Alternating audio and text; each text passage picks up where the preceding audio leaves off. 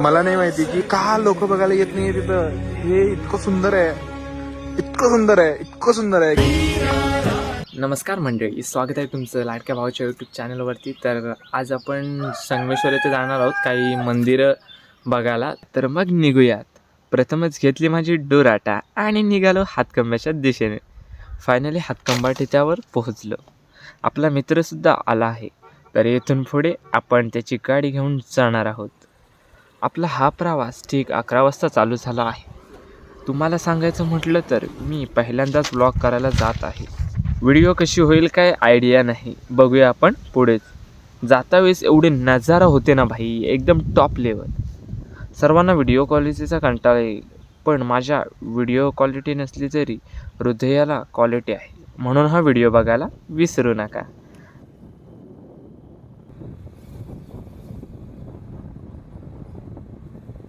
आता आपण संगमेश्वर बाजारपेठेतून पुढे जाणार आहोत.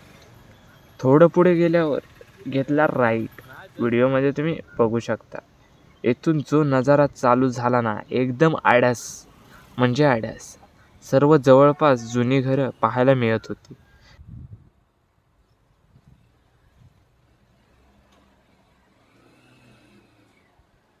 कसब्यामध्ये पोहोचलो. तेथून पुढे ही मूर्ती बघायला भेटली. तर कर्णेश्वर मंदिराला आतमध्ये जायच्या अगोदर संभाजी महाराजांचा इथे असा पुतळा आहे. तर बघू शकता तुम्ही, खूप छान अशी सुंदर अशी मूर्ती इथे बघायला. आता आपण निघतोय थेट श्री छत्रपती संभाजी महाराजांच्या वाड्याकडे. तुम्हाला म्हणजे सांगायचं झालं तर माझ्याकडे मला माहीत असलेली मी तुम्हाला थोडीफार स्टोरी सांगतो. संभाजी महाराज या वाड्यामध्ये काही दिवस मुक्कामी होते आणि गुप्त माहिती मुघलांना मिळाल्याने त्यांनी अचानक वेढा घातला आणि संभाजी महाराजांना पकडण्यात आले. तर आतमधील ही काही दृश्य तुम्हाला मी दाखवत आहे. बघून झालं असेल तर इथून जाऊया थेट मंदिराकडे. इथून अशी म्हणजे असं थोडंफार राहणंच आहे, एकदम असं हे नाही. आम्हाला वाटलं इकडे काय असेल की नसेल, काय समजत नव्हतं.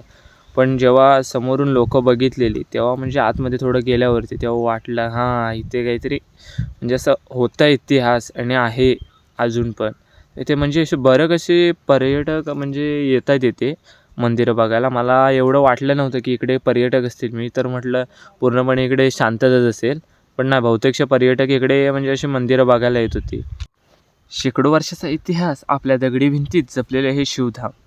प्रत्येक खांब्यावर कोरलेली कला, प्रत्येक दगडात दडलेली भक्ती, हे फक्त मंदिर नाही तर थोडी तुम्हाला आतमधून म्हणजे अशी कलाकृती दाखवतो जी दगडावर कोरवलेली आहे. एकदम भारी म्हणजे काय म्हणजे सुचतच नाही असं काय बोलायचं आणि काय नाही. एवढी दगडावरती कलाकृती कोरलेली आहे. जेव्हा म्हणजे असं कोणतं असं मटेरियल किंवा हे नाही जे आत्ताच्या ह्याच्यात उपलब्ध आहे एकदम, तेव्हा एवढं कशाने कोरवलं आणि काय एवढी आयडिया नाही. ही पिंड पण बघू शकता, एकदम एकदम म्हणजे लाजवाब असंच बोलू शकतो. कारण बघा तुम्ही पण इथे, आणि इथेच बघू नका कॅमेऱ्यात, फक्त इथे बघायला सुद्धा या. एकदम प्रत्यक्षात बघा तुम्ही एकदा, म्हणजे तुम्हाला समजेल कसं कोरवलेलं आहे, काय काम आहे. एकदम भारी. तर इकडेही 3 देवळं आहेत अशा प्रकारे. तर आता त्या साईडला आपण एक जाणार आहोत. त्या साईडला सुद्धा एक देऊळ आहे तिकडे. तर सर्वजण जातात, आपण पण जाऊया आता बघायला. इथून आपल्याला थोडं पुढे जायचं आहे आणि आता आपण आलो आहे. हा एकदम पूल भाई, व्ह्यू फर्स्ट क्लास भाई, नाद करायचा नाही, एकदम भारी. तर चला दाखवतो तुम्हाला. हे व्ह्यू आहेत ना इकडचे, एकदम एकदम एकदम एकदम एकदम म्हणजे भारी. हे बघू शकता तुम्ही इकडे, हे इकडचं मंदिर आहे. हे आहे कुंभकेश्वर मंदिर. बघायची रचना पूर्णपणे काल्पनिक, भारी. तर इथे मंदिरांची म्हणजे अशी सुंदररित्या अशी रचना केलेली आहे इथे मंदिरांची. बघू शकता तुम्ही माझ्या बॅकग्राऊंडला इथे. तर एकदम असं येऊन असं भारी वाटलं इथे. म्हणजे असं हिरवगार वातावरण, त्या इथे अशी मंदिरं आहेत, एकदम भारी वाटलं. तुम्ही पण नक्की या इकडे.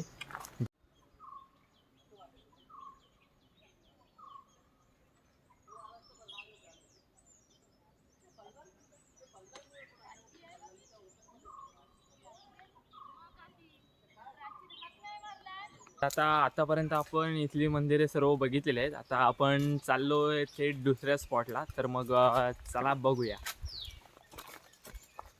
तर हा नजारा बघत निघतो आता कर्णेश्वर मंदिराच्या इकडे. तर त्यापूर्वी थोडं थंड होऊन चाललो. तर फायनली आपण आता कर्णेश्वर मंदिरला पण इथे आलेलो आहोत. तर तुम्हाला दाखवतो कर्णेश्वर मंदिराचे नजारे. तर चला मग बघूया कर्णेश्वर मंदिर. इतिहास, श्रद्धा आणि कला एकत्र जिवंत दिसतात, ज्याच्या प्रत्येक दगडात शेकडो वर्षांची कथा दडलेली आहे. असं म्हणतात ना की या मंदिरांचा इतिहास शेकडो वर्षापूर्वीचा आहे आणि आजही वास्तू तितक्याच भव्यतेने उभी आहे. ही मंदिरे फक्त धार्मिक स्थळं नाहीत, तर आपल्या संस्कृतीचा आणि इतिहासाचा एक जिवंत पुरावा आहे. जर तुम्हाला इतिहास, कला आणि अध्यात्म यांचा संगम अनुभवायचा असेल तर अशा प्राचीन मंदिरांना भेट द्यायला आवर्जून येत राहा. कारण इथे फक्त देव नाही तर आपल्या संस्कृतीचा आत्मा वास करतो. छत्रपती संभाजी महाराजांच्या शौर्याची साक्ष देणारी ही धरती आजही अभिमानाने उभी आहे.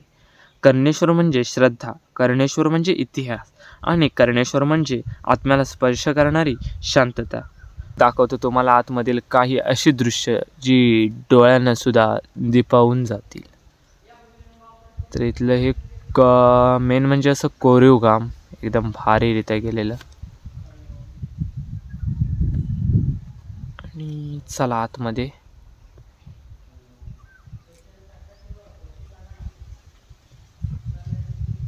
अशा प्रकारे एकदम नजारा आहे आतमधला.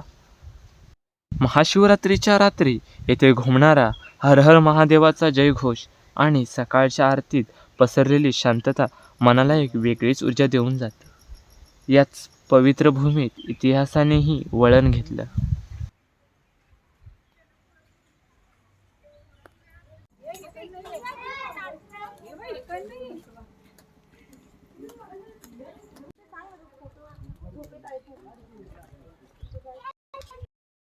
अंतर कोणाला माहिती आहे. आता आपण बघितलेलं आहे कर्णेश्वर मंदिर. तर आता जातोय संगम मंदिराच्या इथे. तर बघूया कसं आहे मंदिर. काय प्राचीन कोकणचंच मंदिर आहे. काय मंदिर कसं आहे ते बघूया. एक्झॅक्टली लोकेशन नाही माहिती बट जाऊया. तर सर्वजण बोलत होते इथून थोडं खाली म्हणजे 2 मिनिटा अंतरावरती संगम मंदिर आहे. पण आम्ही तिथे गेलो आतमध्ये म्हणजे पुढे जात होतो आणि जाऊन समजलं की हे संगम मंदिर म्हणजे संगम मंदिर नाव नाही आहे मंदिराचं. मंदिराचं नाव म्हणजे संगमेश्वर मंदिर असं नाव आहे. तर आम्ही तिथे गेल्यावर आम्हाला समजलं तेव्हा थोडंफार म्हणजे हसायला पण आलं की तिथल्या लोकांना आम्ही विचारत होतो संगम मंदिर कुठं आहे, संगम मंदिर कुठं आहे. तर चला आतली दाखवतो तुम्हाला दृश्य. 10 वाजले.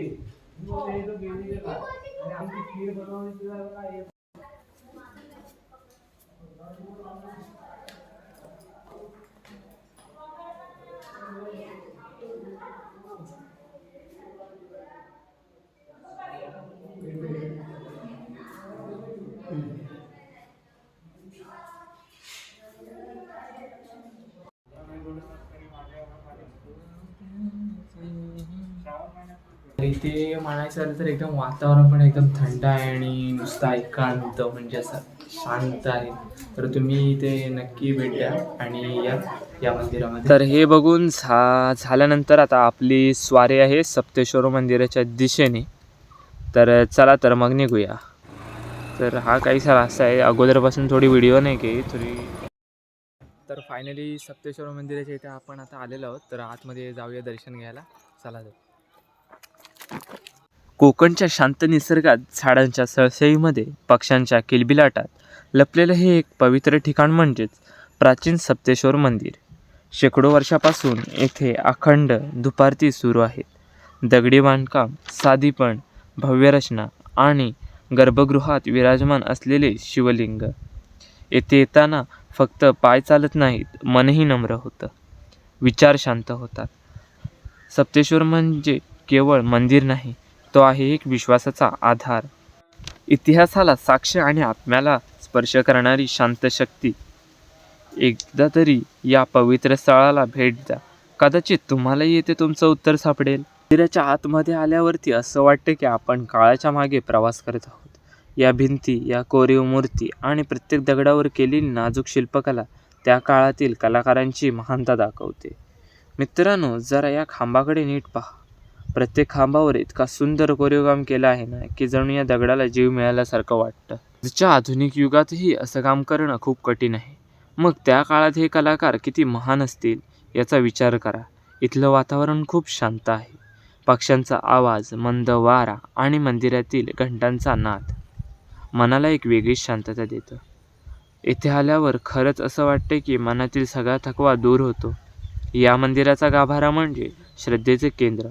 इथे येणारा प्रत्येक भक्त आपल्या मनातील इच्छा, भावना आणि श्रद्धा घेऊन इथे नतमस्तक होतो. तर आजचा प्रवास आपला इथेच परिपूर्ण झाला आहे. तर लवकरच भेटू पुढच्या ब्लॉगमध्ये. सबस्क्राईब करायला विसरू नका. तर ही व्हिडिओ तुम्हाला कशी वाटली कमेंटमध्ये नक्की कळवा.